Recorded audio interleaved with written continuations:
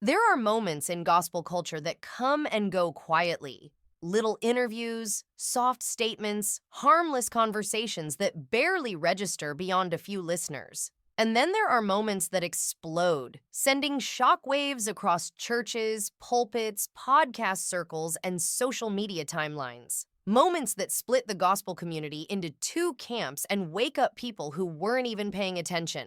That is exactly what happened when Bishop Patrick Wooden decided to publicly, boldly, and ferociously confront gospel legend Yolanda Adams over a single theological statement she made during a lighthearted interview. A statement she delivered gently, thoughtfully, almost philosophically, never imagining that it would ignite one of the loudest theological firestorms the modern gospel industry has seen in years. The controversy didn't begin with anger. It didn't begin with confrontation. It began with Yolanda Adams simply speaking from her heart. In a soft, reflective tone, she explained that she does not view God as a small, boxed-in entity limited by human categories. God, she said, is spirit, transcending gender, transcending physical definitions, transcending the rigid frameworks people have inherited from culture. She acknowledged that we use gendered language because of the way we were raised, because of tradition, because he has been the default for centuries.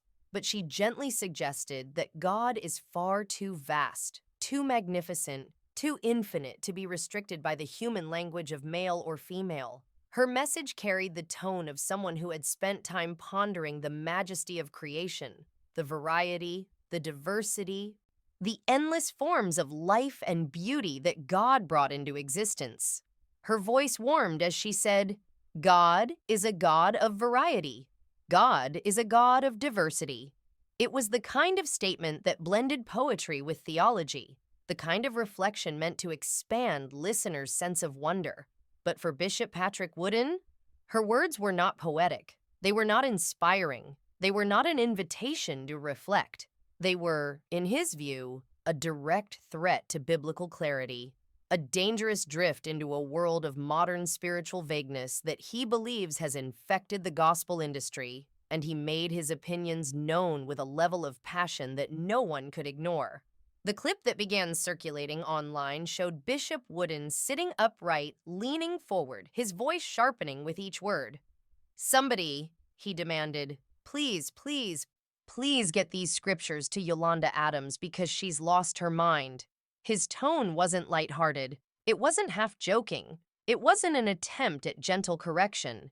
It was a rebuke, sharp, fiery, intentional. The flames of his frustration burned through every syllable, signaling that for him, this wasn't a small issue.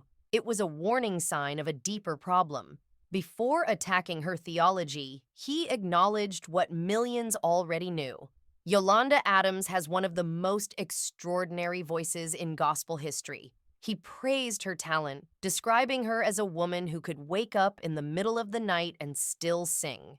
He called her statuesque, beautiful, enormously gifted, an icon whose voice carried the weight of an entire generation of gospel music. But in the same breath, he painted a picture of a woman who had drifted away from her spiritual foundation. He referenced a movie advertisement where, according to him, she used language that disappointed him. Language he felt was beneath someone of her spiritual stature. It was clear that Wooden believed Yolanda's public persona had evolved into something he did not recognize, something he could not support, something he felt compelled to confront. Then he jumped straight into the theological heart of the issue. Yolanda's claim that God is spirit, and therefore not restricted by gender, became the battlefield where Wooden chose to make his stand. He thundered that while God is indeed spirit, the Bible consistently reveals God in masculine terms, as father, not mother, him, not her. He insisted that this deliberate masculine revelation carries divine meaning that should never be dismissed as cultural habit. To Wooden, Yolanda wasn't simply making a harmless comment. She was tampering with the language of Scripture and opening a door he believes leads directly into a modern inclusive theology that dilutes the holiness and authority of the biblical God. His voice grew sharper as he accused her of being influenced not by Scripture, but by self-help books, psychology rhetoric, and the language of inclusion that has taken root in secular culture.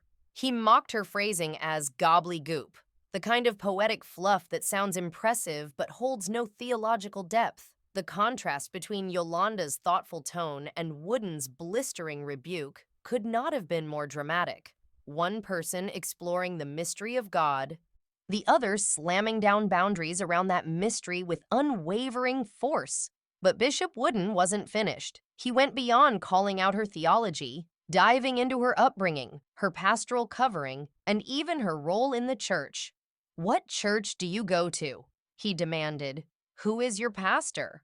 His questions weren't genuine inquiries. They were indictments, coded ways of saying that whoever should be guiding her spiritually clearly wasn't doing their job. He even warned that if Yolanda were pastoring anyone, it would be a disaster, because no person who doesn't even know God is the Father should be leading a church. His sarcasm sharpened with every phrase, painting Yolanda as a woman completely adrift from the truths she once sang about. Wooden then shifted into full-on evangelical confrontation mode. He asked the audience to grab their Bibles, giving them 2 seconds, a signature move that added theatrical flair to his critique. He opened to John chapter 4, pointing out that even in the very passage Yolanda likely referenced, God is spirit, Jesus still refers to God as Father. His voice rose with triumph as he emphasized the consistency of the masculine revelation throughout Scripture. In Wooden's mind, the argument was closed, finished, settled with chapter and verse. But what made this moment truly explosive was what the controversy exposed beneath the surface, a far deeper tension brewing within modern Christianity. On one side stands Yolanda Adams, a woman whose spiritual language reflects openness, curiosity, reflection, and a desire to embrace the expansiveness of God. She represents a growing number of believers who seek to understand God through a broader lens, one shaped not only by doctrine, but also by experience, compassion, intellectual exploration, and the evolving language of faith. On the other side stands Bishop Patrick Wooden, a figure representing traditional doctrine, strict biblical interpretation, and a refusal to adapt sacred language to contemporary culture. To him, any shift in language risks distortion. Any flexibility becomes a slippery slope. Any attempt to modernize theology is an invitation to spiritual chaos. The collision of these worldviews was inevitable. And when it happened, it was explosive. But Wooden wasn't done. His frustration expanded far beyond Yolanda, spilling into a critique of the gospel industry itself. He shifted his focus to Kirk Franklin, accusing him of misunderstanding the biblical categories of sin, abomination, transgression, iniquity, and using that misunderstanding to advance a diluted gospel message. Wooden argued that even the natural world understands the difference between moral weights, comparing biblical sin categories to felonies and misdemeanors in the legal system. The point wasn't simply theological, it was accusatory. Wooden was suggesting that celebrity Christians, in their desire to appeal to broad audiences, have abandoned the harder truths of Scripture, replacing them with soft, inclusive, inspirational language. In Wooden's world, this shift is not innocent. It is not accidental. It is intentional, a bending of spiritual truth under the weight of fame, applause, and cultural acceptance, and he sees it as his duty to call it out. But the question that now hangs over the entire controversy is this: was Yolanda Adams promoting dangerous theology? Or was Bishop Wooden simply refusing to engage with a deeper conversation about the nature of God? Because Yolanda's comments did not deny Scripture. They did not attack biblical masculinity. They did not rewrite theology. They simply expanded the lens, reminding listeners that God transcends human categories and exists beyond the limitations of language. She wasn't rejecting the term father. She was questioning why people assume God must be limited to male imagery when Scripture itself acknowledges that God is spirit, infinite, eternal, beyond form. Yet Wooden saw danger where Yolanda saw beauty. He saw drift where she saw mystery. He saw error where she saw reflection. And this clash reveals the growing divide in the gospel world today. The divide between traditionalists who insist on maintaining strict theological boundaries and modern believers who seek to explore God beyond the confines of literal language. It is a divide between certainty and curiosity, between rigidity and reflection, between those who believe the Bible speaks in fixed categories and those who believe the Bible invites deeper questions. What makes this controversy even more compelling is the cultural weight both figures carry. Yolanda Adams is not an outsider. She is one of the most honored gospel voices of the last 30 years. She sang messages of faith long before the current theological climate shifted. She brought gospel music to mainstream audiences, carrying the sound of church into event halls, award shows, and national stages. Her voice became a bridge between sacred tradition and modern culture. And now, at this moment, her reflections are being judged not on their intent, but on their alignment with strict theological boundaries she may no longer fit neatly into. Bishop Wooden, on the other hand, has built his reputation on being unapologetically bold, confrontational, and unwavering in his convictions. He has no fear of backlash, no hesitation in naming names, no reluctance to rebuke publicly, especially when he believes the gospel is at stake. His voice carries weight in conservative church circles, and his fiery style attracts both supporters and critics. Their collision was more than a disagreement. It was a cultural moment, a mirror held up to the gospel world, reflecting the tensions that have been brewing silently for years. And now, people are asking, where does the gospel community go from here?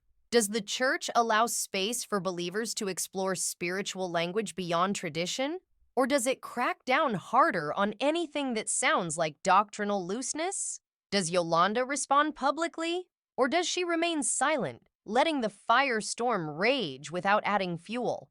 Does Bishop Wooden's rebuke bring clarity to confused listeners? Or does it alienate believers seeking a broader, more inclusive understanding of God? Whatever the answers may be, one thing is certain. This controversy is not just about Yolanda Adams. It is not just about Bishop Wooden. It is about the future of gospel theology, the tension between cultural evolution and biblical interpretation, and the struggle to define God in a world that is constantly redefining everything else.